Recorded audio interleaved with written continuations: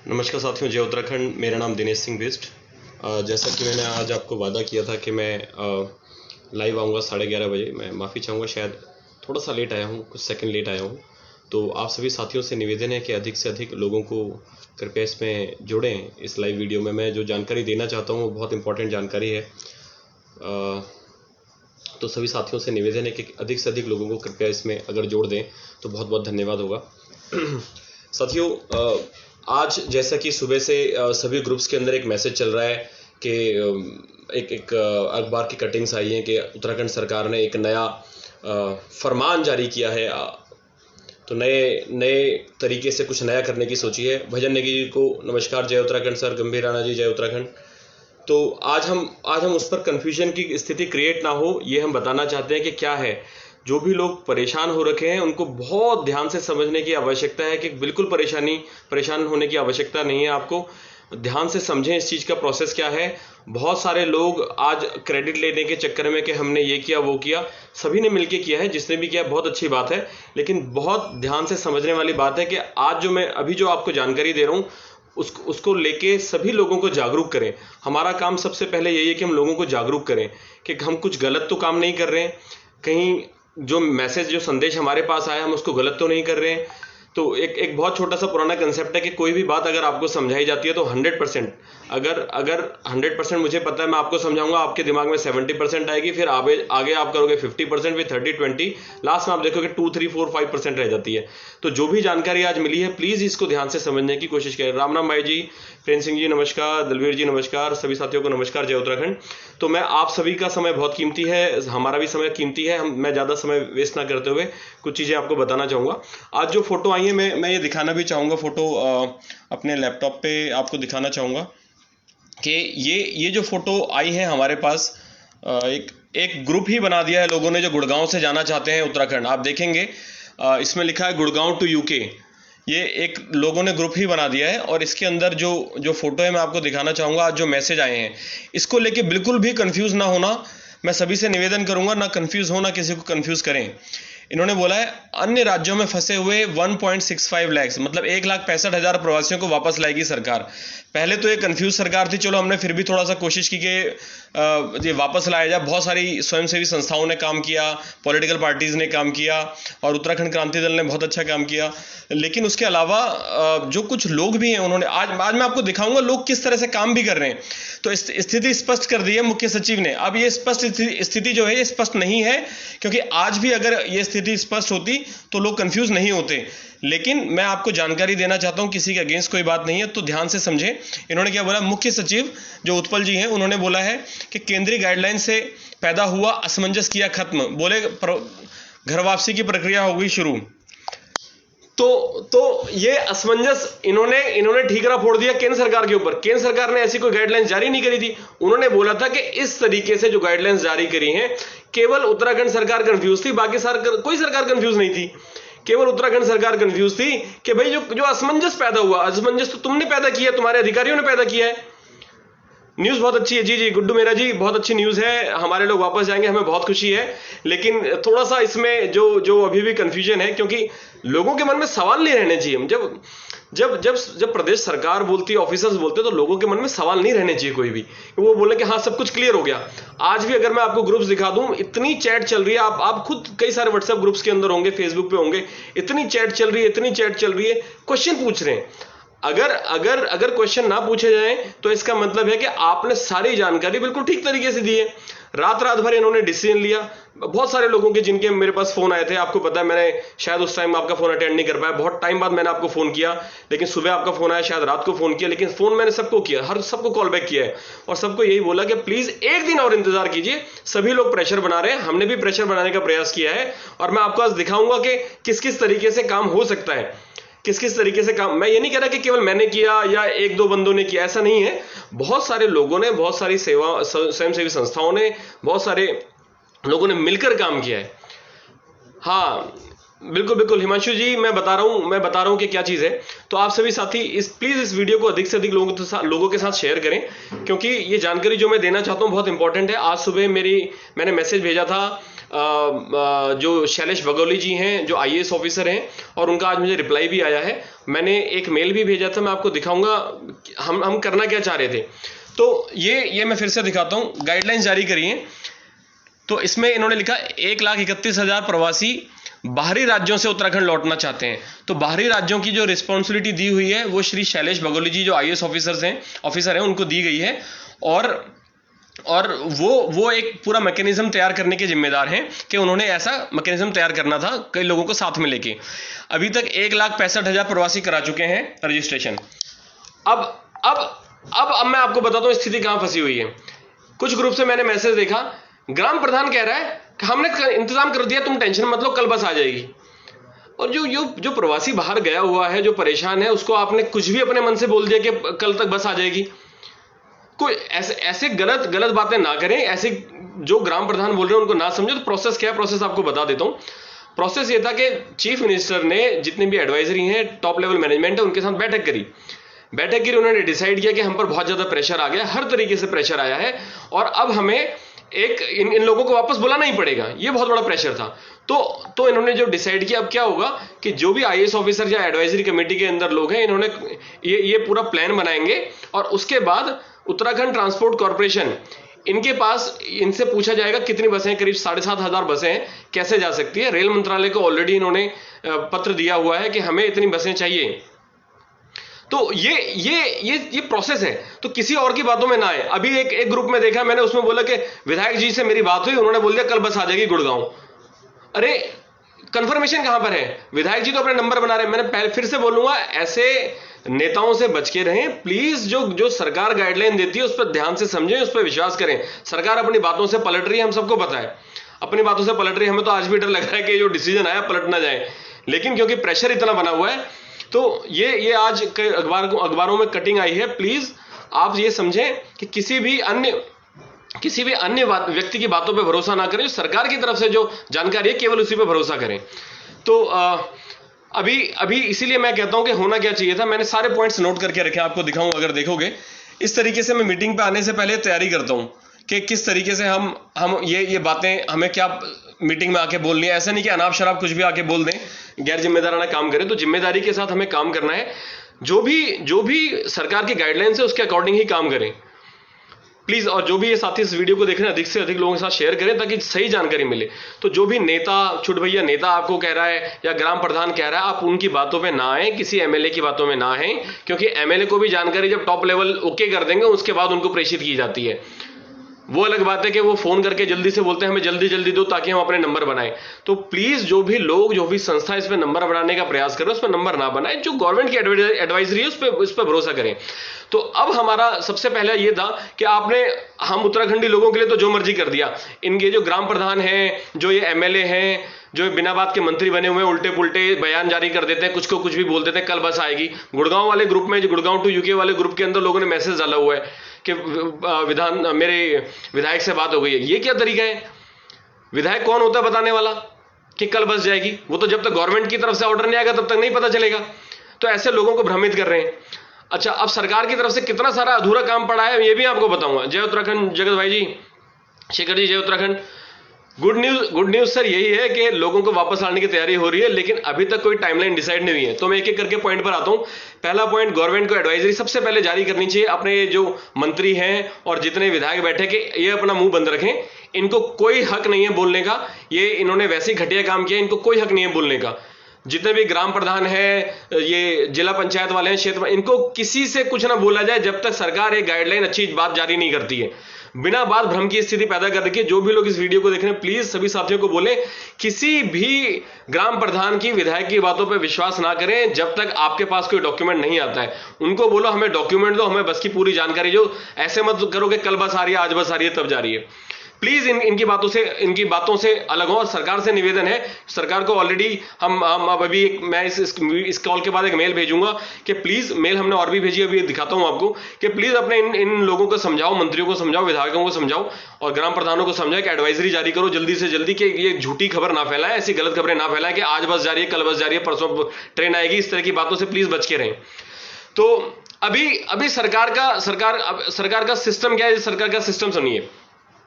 सरकार कह रही है कि हमारे पास 1,65,000 प्रवासियों को वापस लाएगी। ये 1,65,000 तो मंगलवार तक ही हो गए थे। अभी और लोग जो रजिस्ट्रेशन करना चाह रहे हैं उसका क्या? केवल 1,65,000 को लेके आने वाली है या सभी लोगों को लेके आने वाली है? सभी लोगों को लेके आने वाली है, 1,65,000 को लेके आने वाली है? ये क्लियर होना चाहिए। ये क्लियर नहीं है, क्योंकि 1,65,000 तो रजिस्टर्ड थे, उसके बाद का क्या? उनको नहीं लेके आना है क्या? तो ये समस्या है। ये जब भी कोई प्लान बनाते हैं ठीक से बनाया नहीं जाता है। तो इनको ऐसा बोलना चाहिए था कि मंगलवार तक 1,65,000 जो रजिस्टर थे उनको लेके आएंगे, और उसके अलावा और जो भी लोग आना चाहते हैं वो रजिस्टर करें, उनको लेके आएंगे। तो एक कट ऑफ डेट देनी चाहिए। आज तक कट ऑफ डेट नहीं है इनके पास कि भाई आप आज 6 तारीख है, आप 10 तारीख तक रजिस्टर कराएंगे, जितने भी लोग 10 तारीख तक रजिस्टर कराएंगे उनको वापस लेके आएंगे। तो ये फिर से कंफ्यूजन पैदा कर दिया। अब लोग कह रहे हैं कि भाई आज मेरे पास सुबह से कम 50 फोन आ चुके हैं, कह रहे हैं भाई जी इन्होंने बोला 1,65,000 और आज हम रजिस्टर कराएंगे, क्या हमें लेके जाएंगे? इतना कंफ्यूजन पैदा है, डरे हुए हैं लोग। कोई भी किसी वजह से शायद रजिस्ट्रेशन ना करा पाया हो। जब इन्होंने 2 दिन पहले गाइडलाइन जारी करी कि भाई हम तो केवल रोड पे जो पड़े हुए हैं या जो शिविरों में हैं उनको लेके आएंगे, तब दिक्कत हो गई है। क्यों? क्योंकि इन्होंने क्या किया, शायद कहीं ना कहीं इन्होंने सिस्टम बंद कर दिया। ओटीपी नहीं आ रहे थे लोगों के। आप लोगों ने, बहुत लोगों ने ट्राई किया होगा, ओटीपी नहीं आया होगा आपको, जो कंफर्मेशन ही नहीं है, आपने बोल दिया लाना ही नहीं है। अब आपने अगर वेबसाइट फिर से शुरू कर रखी है, डीजीएम जी से मैंने आज व्हाट्सएप करना है उनको भी कि ये वेबसाइट ठीक से चलाइए सर, लोग परेशान हो रहे हैं। ओटीपी जो है, जो स्मार्ट सिटी देहरादून की वेबसाइट है, उनके डीजीएम जी राम मुनियाल जी, उनको मैं मैसेज कर रहा हूं अभी। और ये देखिए कि ये वेबसाइट चलनी चाहिए पहले तो आज जिसने रजिस्टर किया क्या वो नहीं जाएगा? इनको बोलना चाहिए सबको लेके आएंगे। जो रजिस्टर कर रहा है, जिसके पास उत्तराखंड का आईडी प्रूफ है, हम सबको लेके आएंगे। आज ये बोलने लग गए हैं कि जिनके जो किराए पर हैं वो भी आएंगे, जिनके अपने घर हैं वो भी आएंगे। आज कैसे तैयार हो गए? ये प्लानिंग थी कि नहीं थी, समझ नहीं आ रहा है। तो प्लीज इस वीडियो को शेयर कीजिए लोगों के साथ। और बताता हूं इनको क्या करना चाहिए था। इनको कट ऑफ डेट, हम बोल रहे हैं कि अगर कंसल्टेंसी चाहिए, एडवाइजरी चाहिए, हम देने को तैयार है ना, हमसे फ्री ऑफ कॉस्ट लीजिए। अभी दिखाता हूं मैंने आपको इनको क्या भेजा था 4 दिन पहले। 4 दिन पहले इनको क्या भेजा था, हमें पता था ये स्थिति आएगी। तो इनको एक कट ऑफ डेट डिसाइड करनी चाहिए कि इतने तारीख तक आप रजिस्ट्रेशन करें, तब आ सकते हैं। कट ऑफ डेट इन्होंने की नहीं, और कट ऑफ डेट के बाद अगर बाई चांस कोई व्यक्ति किसी वजह से नहीं कर पाया 10 तारीख तक, फिर क्या होगा? हिमांशु राजपूत जी कह रहे हैं ओटीपी नहीं आ रहे। अगर आप बोलते हैं, मैं अभी आपके सामने देखिए फोन लगाता हूं, लोग आपके सामने अभी मैं फोन लगा रहा हूं। अब मुझे पता नहीं आपके पास आवाज आएगी कि नहीं आएगी। मैं डीजीएम जो है उनको फोन लगा रहा हूं, मैं स्पीकर पे लगाता हूं, आपको बताता हूं। स्मार्ट सिटी देहरादून के जो डीजीएम है, देखते हैं उनको कॉल जाती है कि नहीं। मैं आपको दिखाता हूँ, ये डीजीएम है स्मार्ट सिटी देहरादून के, और इनको पहले भी मैंने मैसेज भेजा था तो इनका जवाब आया था। मैं आपको भी दिखाता हूँ कि ये इन्होंने, ऐसी बात नहीं है कि मजाक चल रहा है, खाली लोग सोचेंगे कि नंबर बनाने का काम हो रहा है। ये हम कब से फॉलो अप कर रहे हैं, आप देखिए इस चीज़ को। ये देखिए, अपना व्हाट्सएप दिखा रहा हूँ मैं। ये 2 तारीख को मैंने मैसेज भेजा था उनियाल जी को, जो एससीडी मतलब स्मार्ट सिटी देहरादून, राम उनियाल जी डीजीएम है। इनको ये मैंने भेजा था पूरा मैसेज कि क्या होना चाहिए था वेबसाइट में, ठीक है। और इसके बाद मैं एक बार फिर से दिखाता हूं, क्योंकि ये सेलेक्ट हो गया। ये देखिए, फिर इनको मैंने बताया कि सर ये दिक्कत है। उसके बाद एक इंग्लिश में भी इनको मैसेज डाला कि सर माइग्रेंट एप्लीकेशन जो है इसमें दिक्कत आ रही है, ये आपने गलत कर रखा है, 14 की जगह 12 डिजिट होना चाहिए, गलती थी इनकी वेबसाइट पे, ये भी हमने ही बताई। फिर इनका रिप्लाई आया, अगर आप देखेंगे इनका रिप्लाई भी आया हुआ है सर का, कि there is no kind of, ऐसी कोई प्रॉब्लम नहीं थी, लेकिन हमें पता था कि प्रॉब्लम थी। तो इनसे बात हुई है, ये रिप्लाई दे रहे हैं, इनका रिप्लाई आया है हमारे पास। अब मैं आप सबके सामने इनको फ़ोन मिला रहा हूँ, क्योंकि ये सामाजिक काम है, इसमें आपको बताना चाहूँगा कि इनको बताना पड़ेगा कि क्या है वेबसाइट में, अगर कोई ओटीपी नहीं आ रहा है तो क्यों नहीं आ रहा है। इनको मैं नंबर मिला रहा हूँ, फ़ोन जा चुका है, पता नहीं आपको आवाज आ रही है कि नहीं।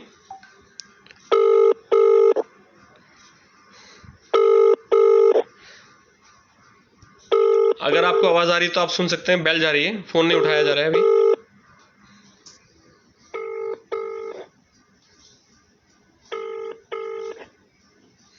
मैं कोशिश कर रहा हूं इनसे बात करने की, आप सभी की लाइव बात करवा दूं। आप जिस व्यक्ति को कॉल कर रहे हैं, इन्होंने फोन नहीं उठाया है, उत्तर नहीं दे रही है, कृपया कुछ। तो ये चीज कोई नई बात नहीं है, हो सकता है वो बिजी हो, इसमें हमें सॉरी, तो हो सकता है वो बिजी हो, किसी वजह से फोन ना उठाए, मैं उनको मैसेज फिर से भेजूंगा और उनको बोलूंगा सर ये जो ओटीपी नहीं आ रहे, अब जो 1,65,000 की बात करें, इसके बाद वाले लोगों का क्या, जो जाना चाहते हैं उनका क्या, जो जो जो जो यहाँ पे आदमी अभी जो लोग फंसे हुए हैं उनका क्या। तो वेबसाइट पे ओटीपी नहीं आ रहे, मैं उसका पूरा ख्याल रख रहा हूँ, उनसे बात कर रहा हूँ, उनको मेल डालता हूँ, और जो भी साथी जिनको जानकारी है, उनकी जान पहचान है, प्लीज आप भी मेल डालिए, बात कीजिए। अभी अभी दूसरा कंफ्यूजन, ये सरकार बहुत कंफ्यूज्ड है, इनके जो एडवाइजरी वाले लोग हैं बहुत कंफ्यूज्ड हैं। अब सुनिए इसमें अभी कैसे डिटरमाइन करने वाले हैं। इन्होंने बोला 1,65,000 लोगों को लेके जाएंगे, इनके पास डेटा है, तो कहने का मतलब है इन्होंने बोला, एक और दिखाता हूं आपको। आज जो आईएएस ऑफिसर से मेरी मैसेज पे बात हुई, मैंने उनको मैसेज भेजा, बहुत अच्छे व्यक्ति हैं शैलेश बगोली जी, बहुत ही अच्छे व्यक्ति हैं, मैं क्योंकि वो रिप्लाई करते हैं, सबसे अच्छी बात है। मैं आपको उनका भी अभी दिखाता हूं, मैंने उनको व्हाट्सएप भेजा, उनका जवाब आया है, और मैंने ईमेल भी भेजा, आपको वो भी दिखाऊंगा कि सारी ये प्लीज आप लोगों को जानकारी भेजिए कि कोई भी गलत काम ना करें, गलत अफवाह के चक्कर में ना पड़े। ये देखिए, मैं आपको दिखाता हूं अपना व्हाट्सएप, ये है शैलेश बगोली जी, आईएएस ऑफिसर। इनको मैंने एक संदेश भेजा था, आप देखेंगे 31 मार्च को, सबसे पहला जो 30 मार्च को मैंने संदेश भेजा था इनको, उसके बाद 31 मार्च को भेजा था, इन्होंने जानकारी मांगी थी, इनका मैसेज भी आया, देखिए कि हम हेल्प करेंगे। हमने सारे जितने भी हमारे पास डेटा था करीब 1,500 लोगों का, इनको भेजा था कि वो फंसे हुए हैं, उनकी हेल्प कीजिए। फिर 10 अप्रैल को फिर मैंने मैसेज भेजा, और इनके बाद इन्होंने बोला कि हमें 1,000 कॉल डेली आ रही हैं कंट्रोल रूम में। आप सोचिए 1,000 कॉल इनको डेली आ रही हैं। उसके बाद 2 मई को भेजा है, और अब उन्होंने फाइनली जो मैंने आज भेजा था, आप देखेंगे टुडे इसमें लिखा हुआ है, आज जो मैसेज भेजा था उसके बाद इन्होंने बोला कि देयर आर प्रैक्टिकल डिफिकल्टीज। तो मैंने भेजा क्या था ये आपको बता देता हूं मैं। साथियों, इनको मैंने बोला था सर हमें बहुत बड़ी दिक्कत हो जाएगी अगर लोग जो हमारे फंसे हुए हैं इनको निकाला जाए। इनको निकालने के लिए जो आप किस तरह से डिटरमाइन कर रहे हैं, कैसे डिटरमाइन होना चाहिए था कि ये कह रहे हैं कि 1,65,000 लोग हैं जितने रजिस्ट्रेशन, उनको हम फोन करेंगे। 1,65,000 लोगों को फोन करेंगे तो कितना टाइम लगने वाला है फोन करने में, आप सोचिए। और उसके बाद ये कह रहे हैं कि हम उनका डेटा इकट्ठा करेंगे, उनको लेके आएंगे, उनका मेडिकल टेस्ट कराएंगे। तो मैंने 4 दिन पहले इनको एक मेल भेजा था, आपको मैं वो मेल भी दिखा देता हूं, आप ये भी देख लीजिए कि आप प्लीज इसको ठीक से काम कीजिए। ये देखिए, ये मुख्यमंत्री जी को मेल भेजा था, माननीय मुख्यमंत्री जी को ये मेल भेजा हुआ है। लोग हम काम कर रहे हैं 4 दिन पहले, 4 डेज अगो, ये देखिए 2 मई को भेजा था कि सर आपने जो ऑर्डर दिया है कि इनको बुलाया जाएगा, इसमें लोगों को बहुत दिक्कत हो जाएगी, इसमें कृपया निम्नलिखित बिंदु आप डालें, अपनी वेबसाइट के अंदर इसकी जानकारी डालें कि राज्य का नाम क्या है, जिले का नाम क्या है, कहाँ से आ रहे हैं, कौन सी पिकअप लोकेशन है, बस नंबर क्या होगा, बस पर पहुंचने के लिए कैसे जाया जाएगा, पास कैसे मिलेगा, बस ड्राइवर का या किसी अधिकारी का नंबर दिया जाए। और आज देखेंगे मैंने 51 मिनट पहले इनको फिर से मैं आपको दिखा देता हूँ, 51 मिनट पहले फिर से मैंने माननीय मुख्यमंत्री जी को भेजा है, चीफ सेक्रेटरी को भेजा है, उत्पल जी हैं जिनका आज सारे न्यूज़पेपर में आया है, उनको भी ईमेल भेजा है, अजय जी हमारे मित्र हैं उनको भी भेजा ताकि जानकारी रहे, और दिल्ली में जो कमिश्नर बैठी है श्रीमती ईला गिरी जी, उनको भी भेजा है। इनको मैंने साफ साफ लिखा है, आज समाचार पत्रों में उत्तराखंड सरकार का एक नया फैसला देखा है कि कोरोना संकट में फंसे सभी प्रवासी उत्तराखंडियों को वापस बुलाया जाएगा। अतः मैं 4 दिन पहले भेजी गई अपनी ईमेल की प्रार्थना पुनः दोहराता हूं कि आप इस पर अतिशीघ्र कार्रवाई करें ताकि लाखों उत्तराखंडी लोगों में भ्रम की स्थिति पैदा ना हो। इस ईमेल की कॉपी में मुख्य सचिव जी भी हैं और देहरादून स्मार्ट सिटी की वेबसाइट की सपोर्ट टीम भी। क्योंकि मेरी इस प्रार्थना की जानकारी उनको मिल गई है, आपसे निवेदन है कि अति शीघ्र ऑर्डर पास किए जाएं। तो साथियों, हम अपनी तरफ से पूरा प्रयास कर रहे हैं, और जो भी साथी मेरे फेसबुक पेज पे जुड़े हैं उनको जानकारी मिलती रहती है, जिन्होंने लाइक किया है। मैं आपको ये भी दिखाता हूं कि हमने नेशनल ह्यूमन राइट्स कमीशन, जो राष्ट्रीय मानवाधिकार आयोग है, उसकी भी वेबसाइट पे कंप्लेंट करी थी त्रिवेंद्र सिंह रावत जी की और इनकी सरकार की। वो भी मैं आपको दिखाता हूँ, कई लोगों ने देखा होगा ऑलरेडी, उनको पता है जिन्होंने देखा हुआ है कि ये कंप्लेंट हमने की है। ऐसी कोई बात नहीं है कि हमने कंप्लेंट नहीं की है। ये देखिए, ये कल ही मैंने कंप्लेंट डाल दी थी, बहुत परेशान था, रात को 2 बजे मैंने परसों रात को डाली थी, 2 बजे कंप्लेंट डाली थी, और उसके बाद इन पर केस दायर हो गया, मुकदमा दायर कर दिया है कि भाई लोग परेशान हैं। तो हमने अपनी तरफ से पूरा प्रेशर बनाने का प्रयास किया है।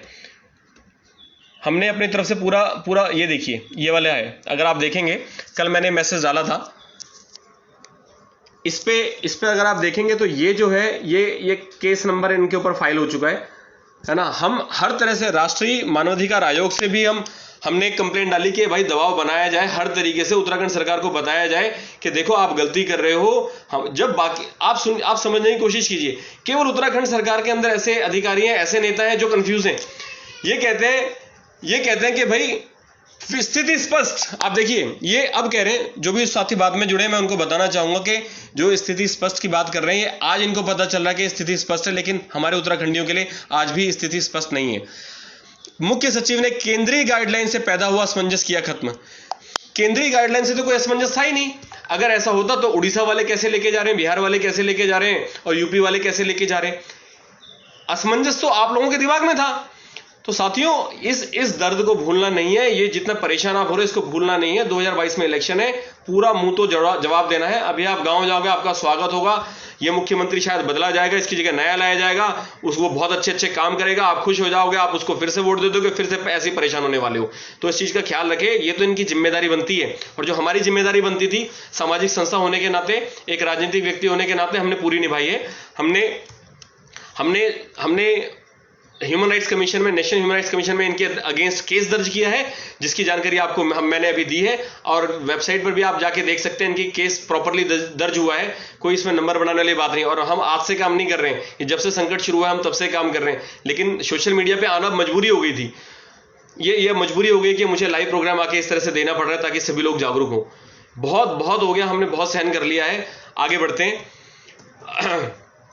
तो इससे पहले एक ईमेल मैं कितने टाइम पहले भेजा था, मैं आपको दिखाना चाहूंगा, वो भी आप प्लीज देखिएगा कि खाली हम नहीं है, इससे पहले बहुत सारे लोग हैं जिन्होंने काम किया, बहुत सारी संस्थाएं जो काम कर रही हैं। ये देखिए हमने उत्तराखंड सरकार की क्या सहायता करी।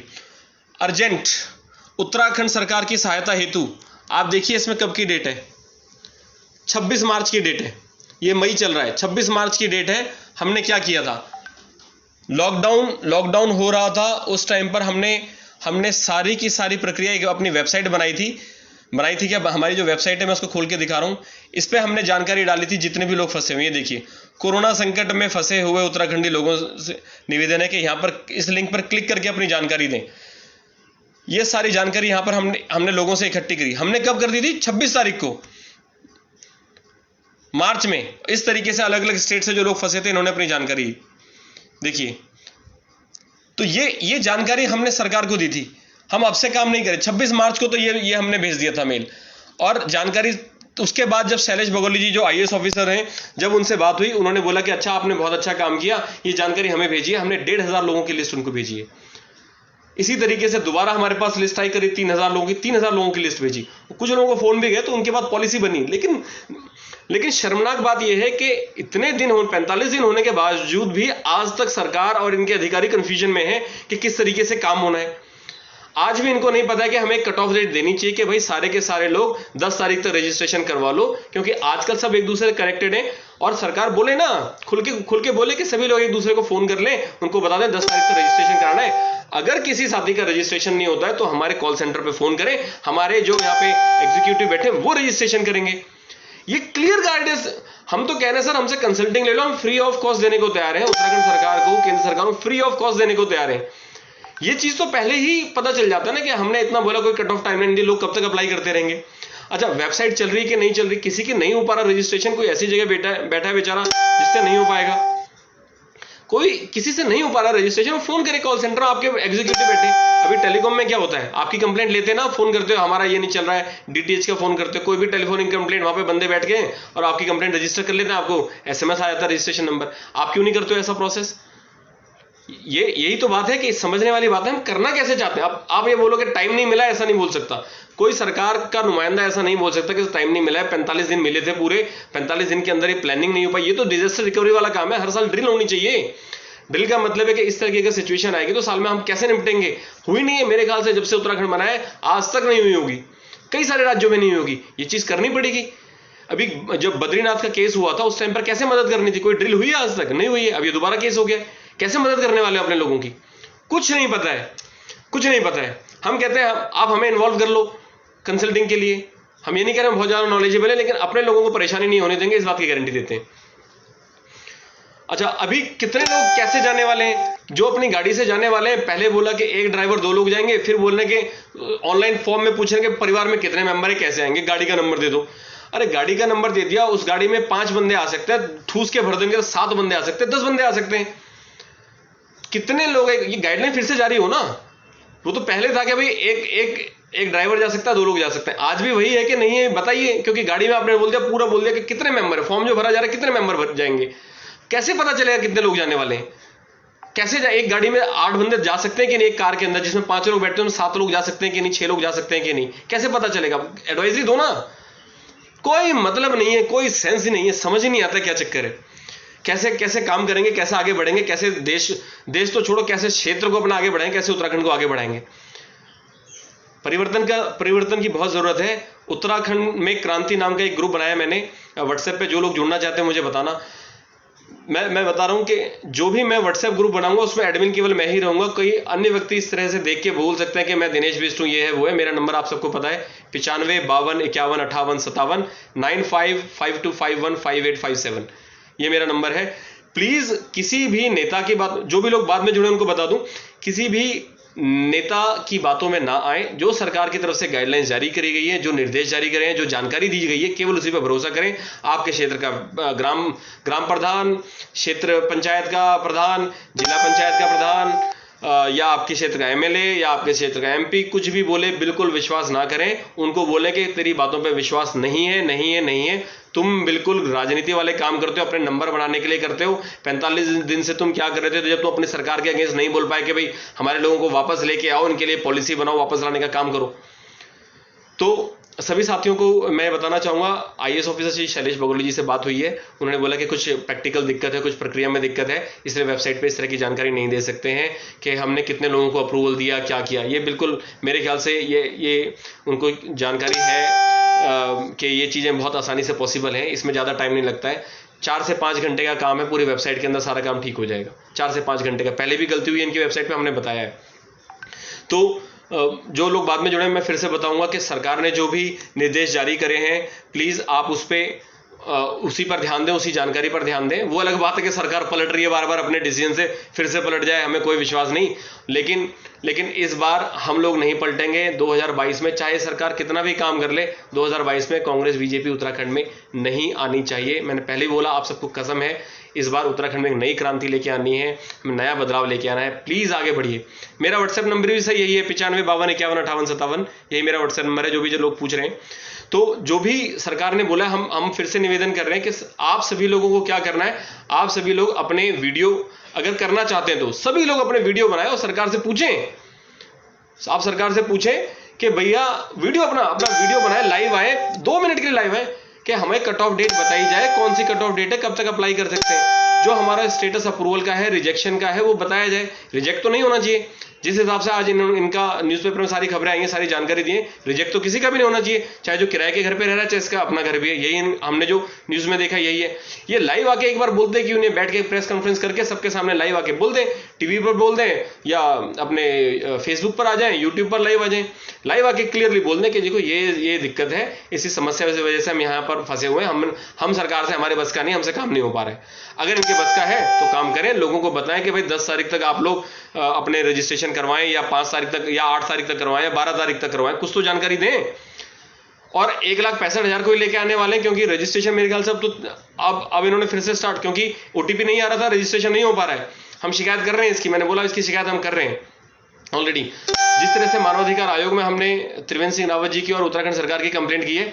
अच्छा, एक बहुत इंपॉर्टेंट पॉइंट मैं बताना भूल गया, मैं एक चीज और दिखाना चाहता हूं सभी साथियों को, बहुत जरूरी है सबको बता देना। 26 तारीख को निर्मला सीतारमण जी ने एक पैकेज दिया था, मैं आपको कंप्यूटर में डाल के दिखा रहा हूं। निर्मला सीतारमण जी ने एक पैकेज है 1.7 लाख करोड़ का, ये देखिए, ये मैं आपको दिखा रहा हूं, एक पैकेज है। FM Nirmala Sitharaman announces ₹1.7 lakh crore relief package for poor. मतलब 1,70,000 करोड़ का रिलीफ पैकेज जो दिया है वो लोगों के लिए है। इसके अंदर बहुत सारे लोगों को फायदा मिलने वाला है। मनरेगा वालों को 1,000 रुपये मिलने वाला है, और आप ये देखेंगे जो कंस्ट्रक्शन वर्कर हैं या इधर उधर वाले हैं उनको 2,000 रुपये मिलेंगे। प्रधानमंत्री किसान योजना के अंतर्गत मिलेगा। बहुत सारे बेनिफिट उनको मिलने वाले हैं। पैसा उनके अकाउंट में 2-2 हज़ार रुपये आने वाला है 3 महीने तक का। और जो गवर्नमेंट पैकेज है उसके अंदर गवर्नमेंट क्या करेगी, 5 किलोग्राम आटा देगी और चावल देगी, 1 किलोग्राम दाल देगी। ये फ्री देगी एवरी मंथ, हर महीने देगी अगले 3 महीने तक के लिए। ये आपको मिल रहा है कि नहीं मिल रहा है, ये बहुत ध्यान से समझ लेना, नहीं तो ये पैसा ऐसा ना हो कि सरकार अपनी जो राज्य सरकारों को पैसा मिल रहा है अपनी जेब में डाल रही है। तो अपने हक की हमें जानकारी पता होनी चाहिए। ये जो पैसा आ रहा है जा कहाँ रहा है। अभी किसी का कल मुझे फोन आया, उन्होंने बोला कि भाई उत्तराखंड सरकार ऐसा डर क्यों रही है, आखिर वो डर क्यों रही है। चंद्रशेखर जोशी जी कह रहे हैं 2,000 से 6,000। सर वही तो हम बता रहे हैं कि ये पैसा जो था, जो लोग फंसे हुए हैं उनके लिए भी मिलना चाहिए। जब यूपी सरकार दे सकती है, आप क्यों नहीं दे सकते हो। तो मैं आप सबको एक बहुत जबरदस्त कैलकुलेशन बताना चाहता हूँ इनकी। मैं किसी दूसरे, आज ज्यादा समय है नहीं, आपका भी काफी समय ले लिया है। अगले वीडियो में आके मैं आपको पूरी कैलकुलेशन बताऊंगा सरकार जो है घपलेबाजी क्यों करती है, ये कितना पैसा करोड़ों रुपए अपनी जेब में क्यों डालती है। मैं आपको बताऊंगा अगले लाइव में आके। आप सब जुड़ना, आपको पता चलेगा कि ये पॉलिटिकल पार्टी जितनी भी हैं ये ऐसी घपलेबाजी क्यों करती है, क्यों इतना करोड़ों रुपए का गबन कर देती है, अब पता नहीं चलता है। छोटी मोटी योजनाओं के अंदर में बताते हैं हमने ये कर दिया। अब छोटा सा एग्जाम्पल लीजिए, 1,65,000 लोग वापस जा रहे हैं, इनको 14 दिन के लिए क्वारंटाइन रखना है। 1,65,000 ही बोल रहा हूँ, भी मैं ज्यादा नहीं बोल रहा हूँ। तो एक व्यक्ति पे केवल 100 रुपये एक दिन का खर्चा मान लो भाई, वहां पे खाना भी जाएगा, लोग जाएंगे आएंगे जाएंगे, दवाई ववाई भी होगी, पानी होगा, बहुत सारी चीजें हैं जहाँ पे पैसा खर्च होता है। तो 1,65,000 लोग, उनके रुकने का इंतजाम पर डे 100 रुपये का खर्चा है। तो आप सोचिए 1,65,00,000 रुपये पर डे खर्च हो रहा है, तो 14 दिन का कितना होगा, मेरे ख्याल से करीब 23 करोड़ के आसपास बनता है। तो इतना पैसा तो अगर ये ऐसा नहीं करते, प्रेशर में आके इनको पैसा निकालना पड़ेगा जो अपनी जेब में डालना था नेताओं ने। अब क्या होगा, अब इनको लोगों के लिए खर्च करना पड़ेगा। क्यों? क्योंकि लोगों का दबाव बहुत आ गया है। तो इन्होंने तो बोल दिया कि वापस लेके आएंगे, लेकिन ये नहीं बताया कि कब तक लेके आएंगे। तो कब तक लेके आएंगे क्यों नहीं बताया, क्योंकि इनका जो एग्जीक्यूशन प्लान है, प्रोजेक्ट जो इन्होंने बनाया एग्जीक्यूशन लोगों को लाने का, वो उनको पता ही नहीं कैसे बनता है। इनको पता ही नहीं है। हाँ नरेंद्र रावत जी, पैसा नहीं मिला है मुझे पता है, हम लोगों को बार बार आवाज उठानी पड़ेगी। मैं कह रहा हूँ 1 से 2 मिनट के लिए आप लाइव आइए अपने वीडियो से और सबको बोलिए, सरकार को बोलिए कि आप हमें बताओ भैया कब तक लेके जाओगे, हमें बताएं तो सही। बाकी आप बोलिए ना कि 10 तारीख तक रजिस्ट्रेशन कीजिए वेबसाइट पे, जितने भी 10 तारीख तक रजिस्ट्रेशन करते हैं केवल उनको लेके जाएंगे। सभी लोगों को बोल दो आपस में फोन करके, जिसका रजिस्ट्रेशन नहीं हो रहा है एक हेल्पलाइन नंबर अपना दो, उस पर फोन करें और लोग अपना रजिस्टर करवाएं। जी हमें यहाँ से यहाँ जाना है, हमारा ये आईडी प्रूफ है, आधार नंबर ये है, वोटर आईडी नंबर ये, जो भी ले रहे हैं डीएल का नंबर, वो सेव कराएं, वो अपना मोबाइल नंबर देंगे, रजिस्टर मोबाइल नंबर पर उनको रिक्वेस्ट आ जाएगी, हाँ जी आपने रिक्वेस्ट दिया, हो गया काम। तो ये पॉलिसी, ये दूरदर्शिता जो है ना, ये है ही नहीं। जब ये छोटा सा आप समझने की कोशिश कीजिए, इतना सा नहीं कर पा रहे हैं कि अपने लोगों को लाने का काम, तो उत्तराखंड में विकास का काम कैसे कर सकते हैं, कैसे बदलाव लेके आ सकते हैं, इतना छोटा सा काम नहीं हो पा रहा है। जी सर, उत्तराखंड क्रांति दल से जुड़ा हुआ हूं मैं। जी उत्तराखंड क्रांति दल से जुड़ा हूं। हाँ सर, बहुत सोच समझ के जुड़ा हूं उत्तराखंड क्रांति दल से, क्योंकि मैं भी आईटी प्रोफेशनल हूं, 17 साल का एक्सपीरियंस है आईटी के अंदर। बाहर विदेश में रह चुका हूं, पोस्ट ग्रेजुएट हूं। पूरी कोशिश कर रहा हूं कि अपने उत्तराखंड का भला हो पाए। बहुत सोच समझ के एनालिसिस करने के बाद उत्तराखंड क्रांति दल से जुड़ा हूं, क्योंकि मुझे लगा कि यही आंदोलनकारी लोग हैं, यही लोग हैं जिनके मन के अंदर था कुछ करने का। लेकिन इन पॉलिटिकल कांग्रेस बीजेपी ने इनके खिलाफ षड्यंत्र बना बना के इसको दबाने की कोशिश की है। तो मैं क्षेत्रीय दल से जुड़ा हूं। अगर आपको लगता है कि मेरा डिसीजन सही है, ये व्यक्ति ने सही तरह से सोचता है, अच्छी बातें करता है, तरीके से बात करता है, तो आप सभी उत्तराखंड क्रांति दल से जुड़ें। आप ये सोचेंगे दिनेश बिष्ट अगर ये सही व्यक्ति है, इस तरह का व्यक्ति जुड़ा है तो सोच समझ के जुड़ा होगा, जिसकी क्लैरिटी है दिमाग में। तो अगर ऐसा सोचते हैं, तो नहीं सोचते हैं तो कोई बात नहीं, आप फ्री हैं, आप किसी भी पॉलिटिकल पार्टी से जुड़े, हम उसमें कुछ नहीं कर सकते। लेकिन मैं राजनीतिक दल जो अपने क्षेत्रीय दल है उसी को आगे बढ़ाना चाहता हूँ, उसी के साथ जुड़ा हूँ, उसके आईटी का काम करता हूँ। मैं फ्रंटलाइन लीडर नहीं हूँ, मुझे 2022 में तो कम से कम कोई इलेक्शन नहीं लड़ना है, लेकिन हम अपने क्षेत्रीय दल को स्ट्रॉन्ग करना चाहते हैं। खैर, राजनीति की बात हटाते हैं। तो मैं ये कह रहा था, आप सभी लोग प्लीज, आप सबसे निवेदन है कि जो अपने ग्राम प्रधान की या किसी एमएलए की बातों में ना आए। आप जो सरकार से जो मैसेज मिला है केवल उसी पर ध्यान दें, और इसके अलावा कुछ अन्य बातों पर ध्यान ना दें। मैं अगला लाइव में आऊंगा, आप सबको बताऊंगा कि ये करोड़ों का जो घपला करती हैं सरकारें क्यों करती हैं। मैं आपको विद डेटा विद फिगर बताऊंगा एक चीजें।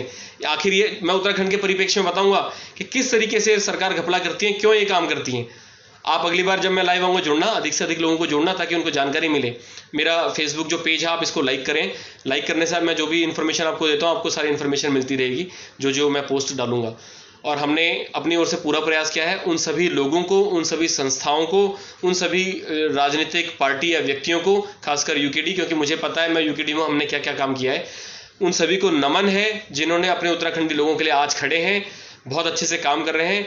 सरकार ने दारू के ठेके खुलवा दिए, इस बात का ख्याल रखना, सरकार दारू के ठेके खुलवा रही है। उसके लिए क्यों? क्योंकि इनको पैसा चाहिए अपनी जेब में डालने के लिए। जो बिजनेसमैन लोग हैं जिन्होंने सरकार को पैसा दिया था कि हमारे दारू के ठेके खोले जाएं, इनका कमीशन वहां से आना बंद हो गया है। और आप देख रहे हैं उत्तराखंडी लोग खुद भी हर राज्य में जहां जहां पर है सब जगह दारू की लाइन में खड़े, ऊपर से ओले पड़ रहे हैं लेकिन दारू जरूर पीनी है। ऐसी अगर मानसिकता हमारी रहेगी, आप दारू पियो, लेके आओ, घर में बैठो, लेकिन उत्तराखंड बदलने के बारे में तो सोचो। आप दारू के बारे में इतना सोचिए, इतना झंझट, इतनी परेशानी आप झेल सकते हो दारू पीने के लिए। आप ये नहीं झेल सकते हो कि अपने उत्तराखंडी हैं, इनके हम सहायता कैसे करें। एक फोन नहीं घुमा सकते हैं अपने विधायक को, अपने प्रेशर बनाना क्या, एक फोन नहीं तो घुमाना। हम नहीं कहते आप सड़क में निकलो, आंदोलन करो, लड़ाई झगड़ा करो, डंडे खाओ, धरना प्रदर्शन करो। आप एक फोन तो कर सकते हो, आप व्हाट्सएप फेसबुक में मैसेज तो डाल सकते हो। घर पे बैठे रहना है, ये वैचारिक क्रांति है, वैचारिक क्रांति लेके आनी पड़ेगी। आप घर बैठो 5 मिनट 10 मिनट उत्तराखंड को बदलने के लिए रोज पॉजिटिव मैसेज डालो। ये मत डालो कि ये वीडियो आई है, ये देखो यहाँ पर ये चल रहा। आप ये बताओ, आप हम जिम्मेदारी लेते हैं कि नहीं लेते? अगर हम जिम्मेदारी लेते हैं आगे बढ़ाने की, अपने देश को, अपने राज्य को, अपने लोगों को, अपने समाज को, अपने क्षेत्र को, तो ये जिम्मेदारी हमें आज से उठानी पड़ेगी। मैंने तो उठाई है। जो भी लोग मेरे साथ जुड़ना चाहते हैं प्लीज जुड़े। और मैं आपको विश्वास दिलाता हूं कि आने वाले जो लोग जुड़ते रहेंगे उनको धीरे धीरे पता चलता रहेगा। मैं बताऊंगा प्लान हम अगले 10 साल में, 15 साल में हम क्या करने वाले हैं, कैसे उत्तराखंड से पलायन बिल्कुल बंद होने वाला है, कैसे उत्तराखंड में ही हमें रोजगार मिलने वाला है। जो भी लोग मुझे देख रहे हैं या जो मुझे पहले से जानते हैं उनको तो पता ही है हमारी प्लानिंग क्या है, लेकिन जो लोग, बहुत सारे नए लोग हमसे जुड़ रहे हैं, मैं आप सभी से निवेदन करूंगा प्लीज आप जुड़े रहें, आप देखते रहें। आपको पता चलेगा किस तरीके से वैचारिक क्रांति आएगी, एक परिवर्तन आएगा।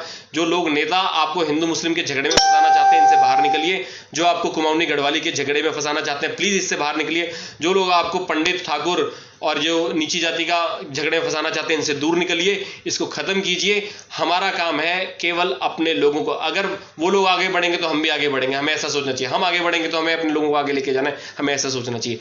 इसी तरीके से अगर आप आते हैं, इसी तरीके से अगर आप सपोर्ट करेंगे तो मैं आपको वादा करता हूं बहुत जल्दी आपको बहुत बड़ी क्रांति देखने को मिलेगी। और मैं कहता ही हूं कि या तो हम फरियाद करें या फिर जरूरत है जंग की, सोचते हैं कैसे बदले हम तस्वीर उत्तराखंड की, और उत्तराखंड की तस्वीर हम आपको बदल के दिखाएंगे। जय उत्तराखंड, जय हिंद। इस वीडियो को अधिक से अधिक लोगों के साथ शेयर कीजिए। अब ये इसलिए नहीं, ये मैं फिर से बोलता हूं, ये इसलिए नहीं कि मुझे फेमस होना है, ये इसलिए कि ये सही जानकारी जो आप सब लोगों के पास जानी चाहिए, हर व्यक्ति के पास जानी चाहिए। एक अच्छी विचारधारा लेके कोई व्यक्ति आगे बढ़ रहा है तो उसके साथ जुड़ें, आगे बढ़ें। आप आगे आना चाहते हैं, उत्तराखंड में ग्राउंड लेवल पे काम करना चाहते हैं, आपके पास ऑब्वियसली थोड़ा सा पैसा होना चाहिए, उत्तराखंड में ग्राउंड लेवल पर आप काम करना चाहते हैं, आप मुझे बताएं। मैं अपनी पार्टी से निवेदन करूंगा कि इन लोगों को आगे लेके आए, ग्राउंड लेवल बिल्कुल ईमानदारी से जो काम करना चाहते हैं वो बिल्कुल आगे आए, समाज सेवा के लिए आगे आए, आगे बढ़े अपने क्षेत्र, किसी भी क्षेत्र से आप हैं, उत्तराखंड में किसी भी क्षेत्र से आप आगे हैं, आगे आना चाहते हैं, राजनीति में आना चाहते हैं। और हम तो कब से कह रहे हैं कि पढ़े लिखे समझदार लोग, समाजसेवी लोग राजनीति में अवश्य आए। प्लीज राजनीति से ना भागें, क्योंकि ये उन्हीं लोगों ने किया है, उन्हीं लोगों ने ऐसा किया है जो चाहते हैं, जो घटिया लोग हैं, घटिया नेता हैं, जो चाहते हैं कि उत्तराखंड कभी आगे ना बढ़े, देश कभी आगे ना बढ़े। इन्होंने ही ऐसा किया है कि अच्छे लोग राजनीति में कभी ना आए। तो राजनीति में आप सभी आइए, हमारा जो भी सपोर्ट चाहिए, उत्तराखंड क्रांति दल से जुड़िए। हम पूरी कोशिश करेंगे आपको कहीं ना कहीं से टिकट मिले। अगर आप बहुत अच्छा काम कर सकते हैं, हम परफॉर्मेंस एनालिसिस करते हैं, हम परफॉर्मेंस एनालिसिस के बेस पे देंगे। ऐसे नहीं कि कोई ये पुराना नेता है, नया बंदा आ गया, बहुत पैसे वाला है, ऐसे नहीं। जो तरीके से काम करेगा इस बार उसी को टिकट दिया जाएगा। ऐसे मैं अपने सीनियर मैनेजमेंट से प्रार्थना कर रहा हूँ। बाकी मैनेजमेंट का डिसीजन होता है, मैं फ्रंटलाइन नेता नहीं हूँ। हमारा काम है संगठन को स्ट्रॉन्ग करना, अपने उत्तराखंडी को स्ट्रॉन्ग करना। तो सभी साथियों का बहुत बहुत धन्यवाद जिन्होंने भी वीडियो देखा। जो भी मुझसे जुड़ना चाहते हैं प्लीज़ मेरा फेसबुक का पेज जिससे मैं लाइव आया हूँ उसको लाइक कीजिए, अधिक से अधिक लोगों के साथ शेयर कीजिए। उत्तराखंड बदलना केवल उन लोगों की जिम्मेदारी नहीं है जो वहाँ पर सत्ता में बैठे हैं, क्योंकि ये कभी बदलने वाले नहीं। ये जिम्मेदारी हमारी भी बनती है, जिम्मेदारी अब हमने उठा ली है, आप भी उठाइए, साथ जुड़िए। जय उत्तराखंड, जय हिंद।